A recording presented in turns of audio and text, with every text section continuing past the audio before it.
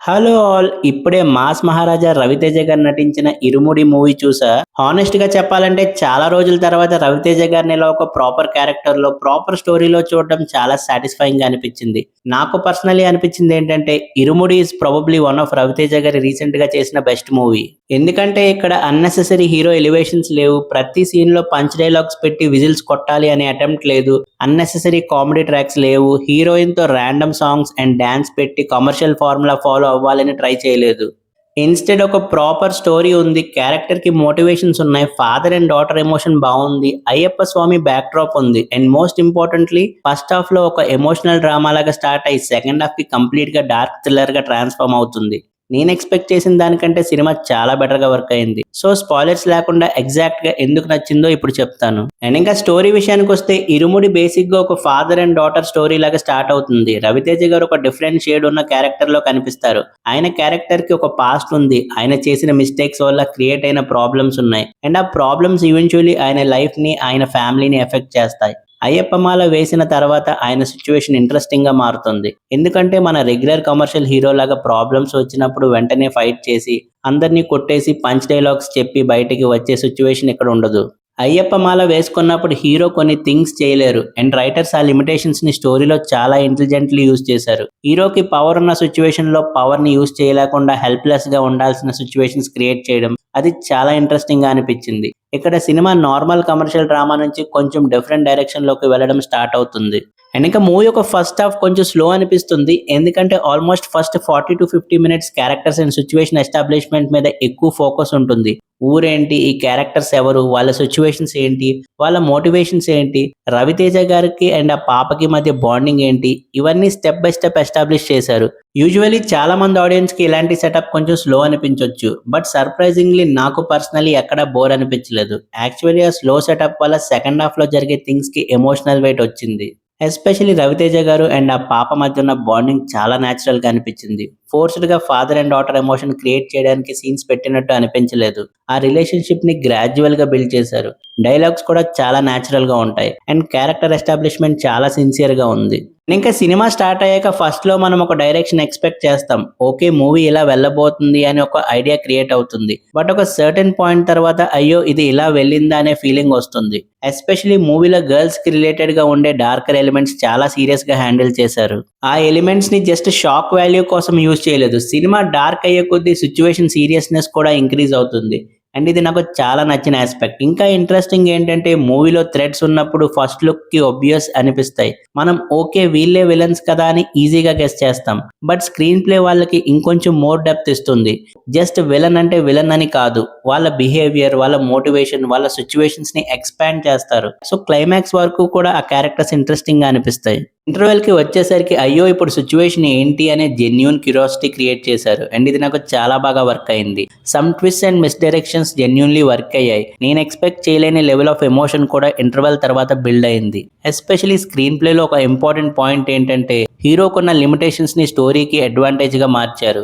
అయ్యప్ప మాల ఎలిమెంట్స్‌ని just devotional scenes కోసం use చేయకుండా actual కాన్‌ఫ్లిక్ట్‌లో part చేశారు. ఇది చాలా ఇంపార్టెంట్. ఎందుకంటే కొన్ని మూవీస్‌లో రిలీజియన్ ఆర్ డివోషనల్‌ని జస్ట్ ఎలివేషన్ కోసం యూజ్ చేస్తారు. కానీ 'ఇరుముడి'లో అట్‌లీస్ట్ నాకు అలా అనిపించలేదు. అయ్యప్ప స్వామి రిలేటెడ్ సీన్స్, సాంగ్స్, మాల అన్నీ స్టోరీ వరల్డ్‌లో న్యాచురల్‌గా ఫిట్ అయ్యాయి. అండ్ ఎక్కడా నాకు ఓవర్ అనిపించలేదు. అండ్ ఇంకా సెకండ్ హాఫ్ నుంచి సినిమా కంప్లీట్‌గా థ్రిల్లర్ మోడ్‌లోకి వెళ్ళిపోతుంది. ఫస్ట్ హాఫ్‌లో ఎస్టాబ్లిష్ చేసిన క్యారెక్టర్స్ అండ్ సిట్యుయేషన్స్ అన్నీ ఇక్కడ పే ఆఫ్ ఇవ్వడం స్టార్ట్ చేస్తాయి. అందుకే ఫస్ట్ హాఫ్ సెటప్ నెసెసరీ అనిపిస్తుంది. ఆ ఎమోషనల్ అండ్ థ్రిల్లర్ 2 బ్యాలెన్స్ చేయడానికి ట్రై చేశారు. కొన్ని ప్లేసెస్‌లో కమర్షియల్ కన్వీనియన్స్ కనిపిస్తుంది. ఎస్పెషల్లీ మిస్టరీ రివీల్ చేసే ప్రాసెస్‌లో కొన్ని లాజిక్ క్వెషన్స్ మనకి వస్తాయి. పోలీస్ ఇలా ఎందుకు చేయలేదు? ఇది ఇలా ఈజీగా ఎలా జరిగింది? ఈ ఇన్ఫర్మేషన్ ముందే ఎందుకు రివీల్ చేయలేదు? ఇలాంటి క్వెషన్స్ కొన్ని ప్లేసెస్‌లో డెఫినెట్‌లీ వస్తాయి. సో థ్రిల్లర్ పోర్షన్స్‌లో లాజిక్‌ని కొంచెం కాంప్రమైజ్ చేయాలి. కానీ ఇంట్రెస్టింగ్ థింగ్ ఏంటంటే మూవీ ఎమోషనల్‌గా నన్ను ఆల్రెడీ కనెక్ట్ చేసింది. సో ఆ ఫ్లాస్ మెజారిటీ ప్లేసెస్‌లో నాకు పెద్దగా ప్రాబ్లమ్ అనిపించలేదు. అండ్ ఇంకా క్లైమాక్స్ గురించి స్పాయిలర్ లేకుండా చెప్పాలంటే ఎమోషనల్‌గా చాలా బాగా పండింది. నేనింత strong emotional pay off expect చేయలేదు. థియేటర్‌లో కూడా ఆడియన్స్ రియాక్షన్స్ చాలా ఇంట్రెస్టింగ్‌గా ఉన్నాయి. కొన్ని సీన్స్‌లో అందరూ కంప్లీట్‌లీ సైలెంట్ అయిపోయిన ఫీలింగ్ వచ్చింది. అండ్ క్లైమాక్స్ ఎమోషనల్ ఇంపాక్ట్ చాలా స్ట్రాంగ్‌గా ఉంది. కానీ నాకిక్కడ ఒక స్మాల్ కంప్లైంట్ ఉంది. సినిమా కొంచెం రష్‌డ్‌గా అనిపించింది. మూవీ మొత్తం ఒక పర్టికులర్ సిచ్యువేషన్ ని స్లోగా బిల్డ్ చేస్తూ వస్తారు. సో ఆ ఫైనల్ పోర్షన్ లో రవితేజ గారి నుంచి ఇంకొంచెం పర్ఫార్మెన్స్, ఇంకొంచెం ఎమోషనల్ డెప్త్ ఎక్స్పెక్ట్ చేశాను. ఆ సీన్స్ ఇంకొంచెం ఎలాబొరేట్ చేసుంటే క్లైమాక్స్ ఇంపాక్ట్ ఎక్కువగా ఉండేది అనిపించింది. స్టిల్ ఎమోషన్ వర్క్ అవడం వల్ల ఆ రెస్ట్ ని కంప్లీట్లీ ఇగ్నోర్ చేయగలిగాను. అండ్ ఇంకా పర్ఫార్మెన్సెస్ వైజ్ రవితేజ గారి ఈ సినిమాకి మెయిన్ హైలైట్ అని చెప్పాలి. ఇది నాకు చాలా రోజుల తర్వాత రవితేజ గారి నుంచి ప్రాపర్ యాక్టర్గా సెలబ్రేట్ చేయాలని అనిపించిన మూవీ. మాస్ మహారాజా అంటే మనకి usually mass dialogues, comedy, fights, dances గుర్తొస్తాయి. బట్ ఇక్కడ ఆయన క్యారెక్టర్కి అవి అవసరం లేదు. ఆయన యాక్టింగ్ మీద మూవీ డిపెండ్ అవుతుంది. ఎస్పెషలీ ఎమోషనల్ సీన్స్లో ఆయన ఏడ్చే సీన్స్ కూడా ఉన్నాయి. అవి ఫోర్స్డ్గా అనిపించలేదు, న్యాచురల్గా పర్ఫామ్ చేశారు. యాక్చువల్లీ నాకు అనిపించింది ఏంటంటే రవితేజ గారు ఇలాంటి సబ్స్టెన్స్ ఉన్న స్క్రిప్ట్స్లో కంటిన్యూ చేస్తే చాలా బాగా ఉంటుంది. ఎవ్రీ మూవీని ఫాస్ట్గా కంప్లీట్ చేసి రిలీజ్ చేయడం కన్నా ఇలా ప్రాపర్ స్క్రిప్ట్ చూసి చేసుకుని క్యారెక్టర్ని అండర్స్టాండ్ చేసుకుని పర్ఫార్మెన్స్ ఓరియంటెడ్ రోల్స్ చేస్తే ఆడియన్స్ డెఫినెట్లీ అప్రిషియేట్ చేస్తారు. ఎందుకంటే క్యాపబిలిటీ ఆయనలో ఎప్పుడూ ఉంది. ఇరుముడి జస్ట్ ఆ క్యాపబిలిటీని కరెక్ట్గా యూజ్ చేసింది. అండ్ ఇంకా ప్రియా భవానీ శంకర్ గారి రోల్ అయితే రిలేటివ్లీ లిమిటెడ్గా ఉంది. బట్ ఉన్న సీన్స్లో బాగా పర్ఫామ్ చేశారు. ఎస్పెషల్లీ ఒక పర్టికులర్ సీన్ నాకు చాలా బాగా అనిపించింది. అండ్ నక్షత్ర హానెస్ట్లీ నేను ఆమె పర్ఫార్మెన్స్ ఇంత బాగుంటుందని ఎక్స్పెక్ట్ చేయలేదు. రవితేజ గారితో ఫాదర్ అండ్ డాటర్ బాండింగ్లో ఆమె చాలా న్యాచురల్గా పర్ఫామ్ చేసింది. ఆ రిలేషన్షిప్ వర్క్ అవడంలో ఆమె performance major reason. Sai Kumar గారు, అజయ్ ఘోష్ గారు అండ్ మిగతా సపోర్టింగ్ యాక్టర్స్ కూడా మంచి సపోర్ట్ ఇచ్చారు. ఊరు, ఆ అట్మాస్ఫియర్, క్యారెక్టర్స్, పర్ఫార్మెన్సెస్ అన్నీ కలిసి మూవీకి గ్రౌండెడ్ ఫీల్ ఇచ్చాయి. ఇంకా టెక్నికల్ ఆస్పెక్ట్స్ విషయానికి వస్తే శివ నిర్వాణ గారు నా ఒపీనియన్లో ఇది definitely one of his strongest films. ఎర్లియర్గా ఆయన తీసిన ఎమోషనల్ ఫిలిమ్స్ కన్నా ఇది టాప్లో ఉంటుంది. ఎందుకంటే ఇందులో ఎమోషన్తో పాటు థ్రిల్లర్ ఎలిమెంట్ని కూడా అటెంప్ట్ చేశారు.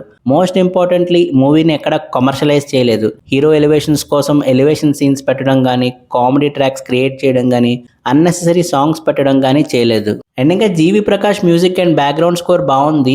ఎస్పెషలీ ఎమోషనల్ సీన్స్లో బీజిఎం చాలా ఎఫెక్టివ్గా ఉంది. బట్ పర్సనలీ మ్యూజిక్ ఇంకొంచెం బెటర్గా ఉంటే మూవీకి ఇంకా అడ్వాంటేజ్ అయ్యేదని నాకు అనిపించింది. అండ్ ఇంక ఈ మూవీలో మైనస్ పాయింట్స్ ఏంటంటే సర్టన్ నెగిటివ్ క్యారెక్టర్స్ని క్యాస్ట్ చేసిన వే వల్ల కొన్ని ట్విస్ట్ ప్రెడిక్టబుల్ అయ్యాయి. కొంచెం అన్ఎక్స్పెక్టెడ్ ఆర్ అన్నోన్ ఫేసెస్ని యూజ్ చేసి ఉంటే మిస్టరీ ఇంకా స్ట్రాంగ్గా ఉండేది.